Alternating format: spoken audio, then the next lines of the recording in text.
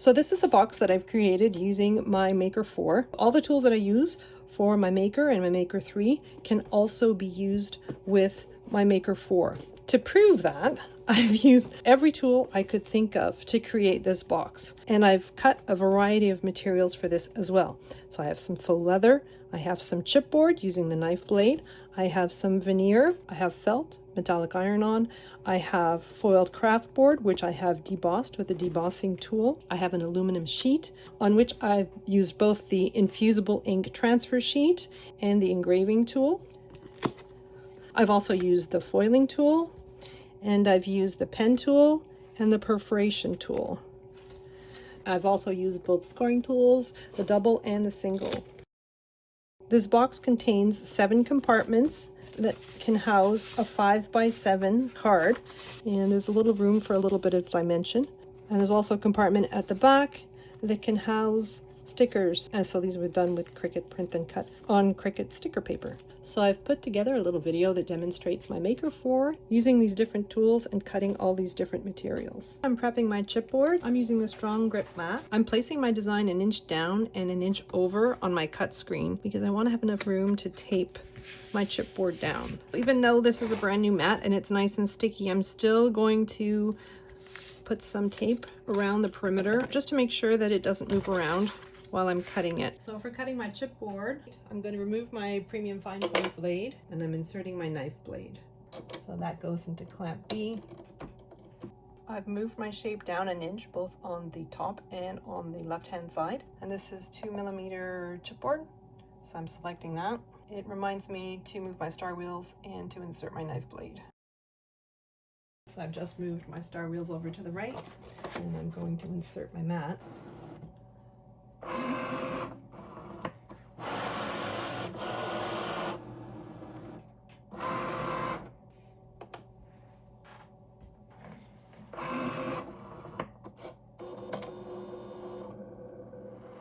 So my screen tells me that it's 10% done, cutting 3 of 24 passes. Depending on many different conditions, it may take less time for your blade to cut. A good thing to do is to pause it at some point during the cut. I would say about halfway through, maybe just a little bit more, and just check on the progress of the cut, just in case it's further ahead than the software has predicted.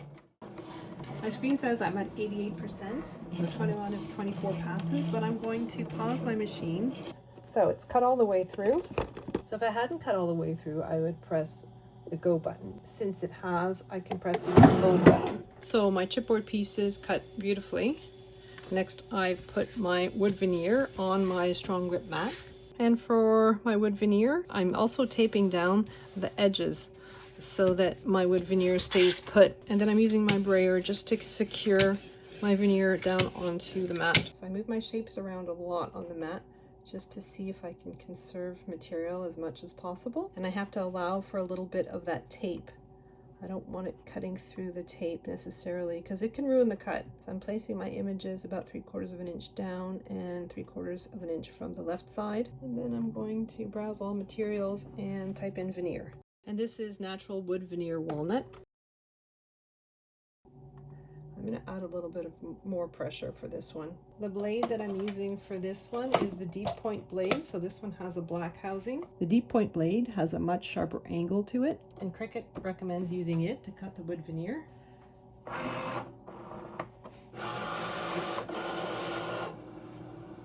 So the software is telling me that it needs 4 passes in order to cut. So before unloading, I'm just going to take a look to make sure that it went all the way through. Yeah, it looks like it cut all the way through. So I'm going to unload my mat.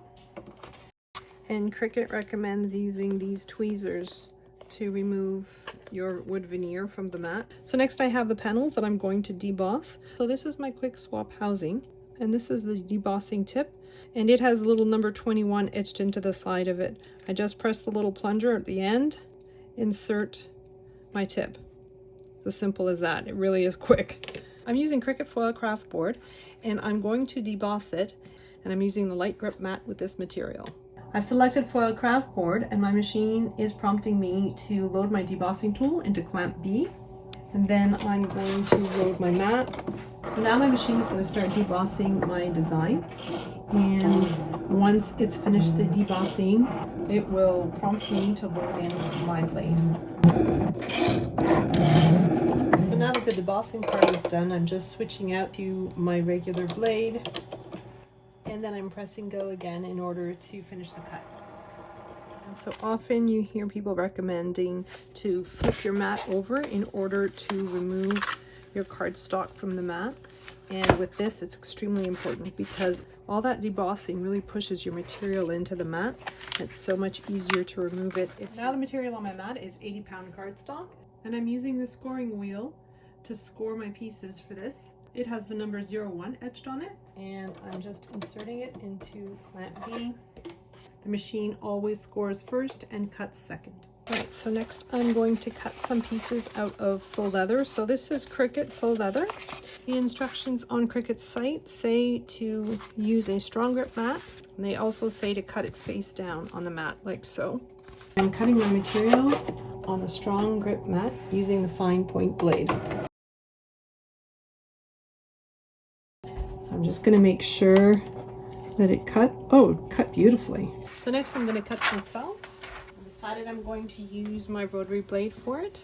I'm using my pink mat for this. So I have this transfer tape and I'm cutting it down to the size of my mat. And I'm applying it to my mat. So I've got my transfer tape to protect my mat. And then I'm laying my felt on top of it. And then I'm using my brayer. So this is my rotary blade. So I'm just inserting my blade. I'm positioning my mat.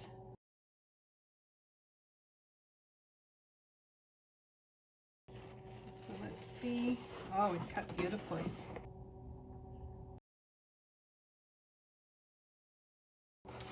And then I'm removing the transfer tape. My mat is almost as clean as when I started. So next I'm cutting some 110-pound cardstock. And for that one, I'm going to use the double scoring wheel. I'm just removing my single scoring tip and I am replacing it with the double. And then I'm just inserting this instead of my single scoring wheel. So next I'm going to cut a panel using the Wavy blade. So I'm just going to swap it out with another one of my tools. I like to have a few housings. The Wavy blade is not one I use very often, and it's number 31.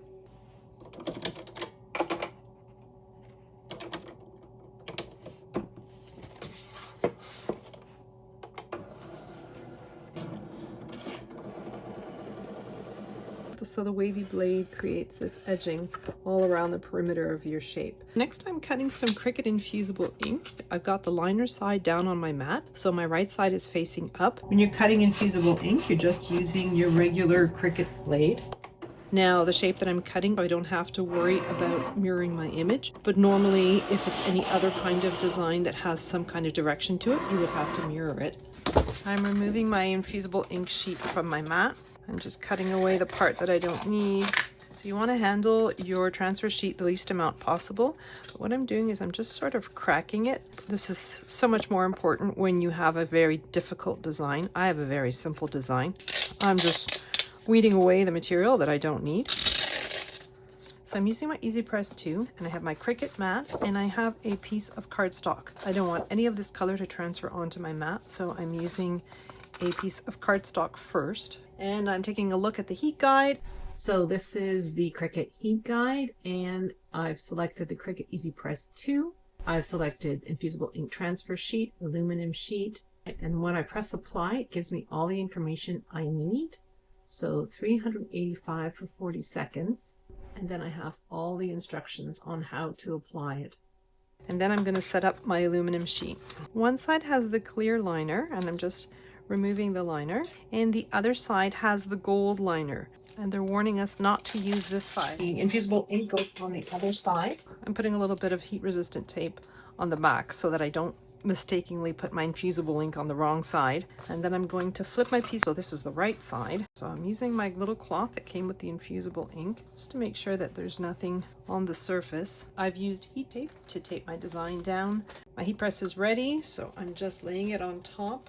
The instructions clearly state that I don't have to add any pressure. I'm counting down the 40 seconds and I'm just leaving everything as is until it cools down. This is aluminum, so heated up to 400 degrees Fahrenheit, that can burn you. So don't touch it until it's very cool. Now, so my aluminum is definitely cool to the touch, so I can remove the tape and take a look.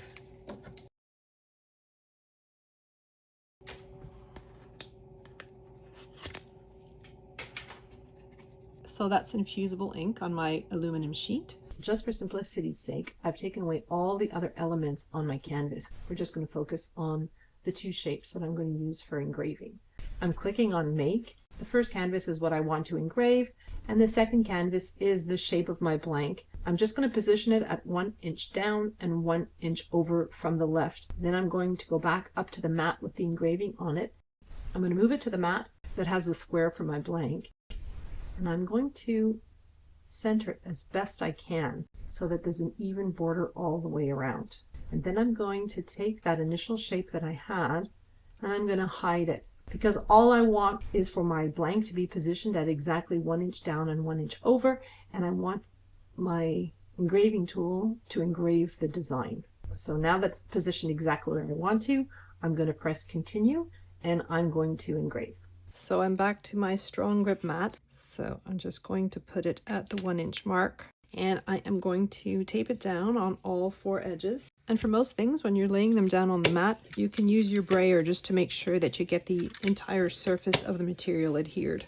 This is my engraving tip, number 41. I'm just inserting it in my quick swap housing. So I've inserted my engraving tool.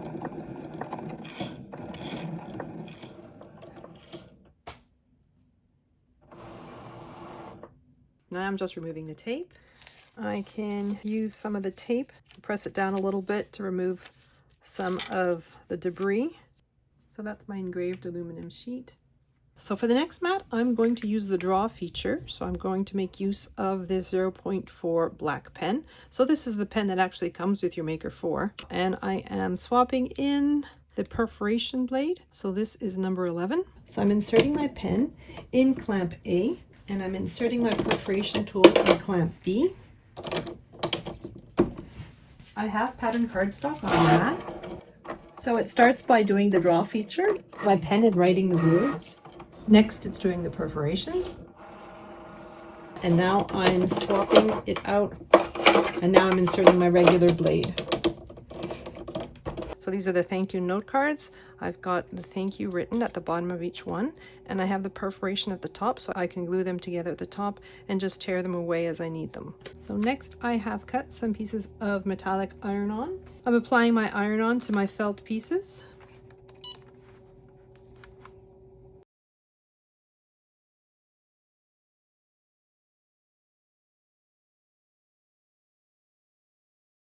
So next I'm cutting a sheet of print and cut stickers. I've already printed my sheet on Cricut sticker paper. I'm just cutting with my regular blade.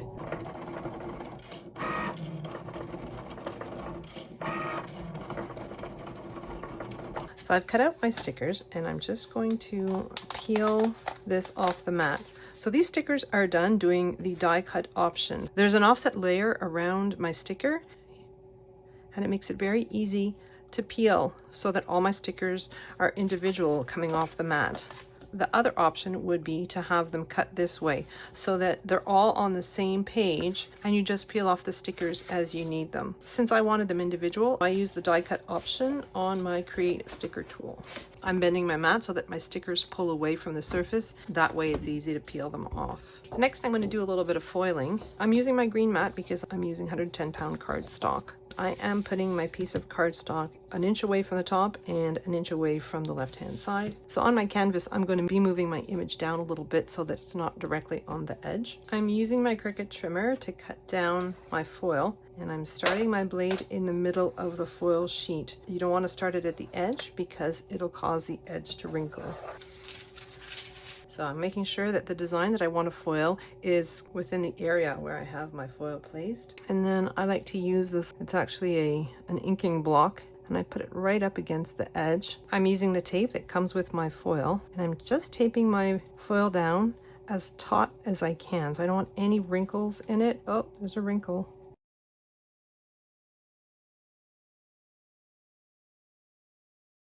For this one, I'm going to use my foiling tool. For the Maker series of machines, it looks like this. You have one little ring on the smallest, and you have 3 rings on the largest, so that's the largest tip. But for this project, I went with the medium, so it has 2 rings around the bottom. So I'm inserting the medium tip into my housing. I'm inserting my tip into clamp B, then I'm inserting my mat.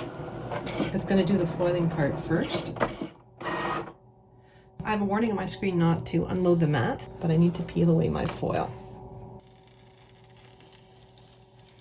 And then I'm changing back to my blade because I want it to cut. I'm laying my cardstock flat and pulling my mat away from it. And so there's my foiled image. Well, that was a lot of work. I think it's time for a little break.